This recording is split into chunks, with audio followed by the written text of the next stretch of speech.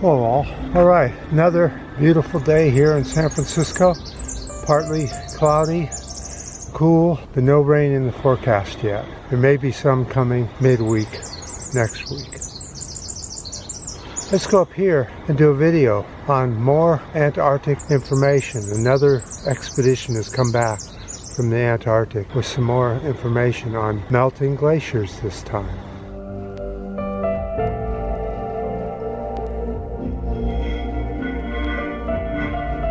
Okay, a lot of construction noise today, but I've noticed that the camera is very good at filtering out background noise, so hopefully we'll be able to get through it without too much bother. Okay, this expedition was studying the Thwart Glacier. Thwart Glacier, or Thwartis Glacier, is at the mercy of the warmth of the oceans in Antarctica. Thwartis Glacier is one of the world's fastest changing glaciers. The British Antarctic Survey and the U.S. Antarctic Program put sensors and underwater robots beneath the vast glacier to study the melting. The new research suggests that even low amounts of melting can potentially push the glacier further along the path toward eventual disappearance. So the way they did this is they drilled boreholes in the ice shelf. That's the part of the glacier that floats on top of the ocean. And they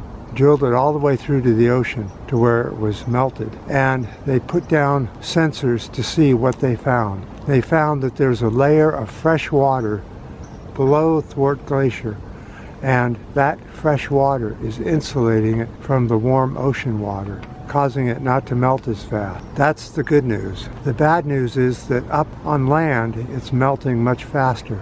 Again, the robots underneath the glacier shelf showed that warm water was underneath the glacier, but not touching it necessarily. So the melting is slower than expected. If the glacier was to melt completely, it would raise global sea levels by 1/2 meter. The joint survey at Thwartis is part of one of the largest investigations ever undertaken anywhere in Antarctica. Since the late 1990s, the glacier has seen a 14-kilometer retreat.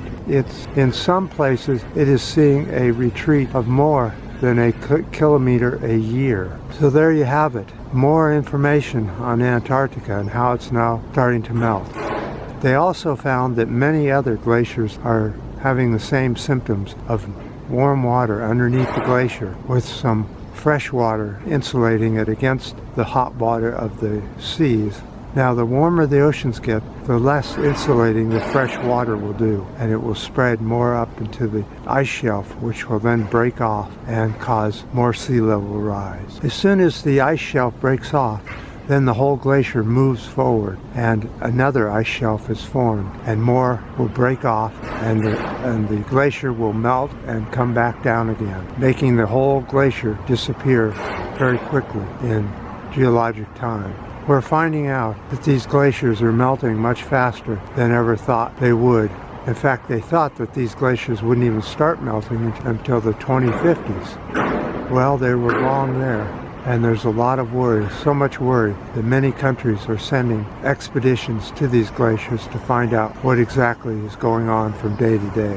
So, with all the construction noise up here and backhoe noise over there, the usual city noise, no matter where you go in the city, whether it's indoors or outdoors, there's noise. You have to have a soundproof room to get rid of noise. But in our noisy environment around the world, I guess that's just to be expected with ever more and more humans populating the world. So with that, I appreciate your guys' comments on this, your ups, and your new subscribers. And until next time.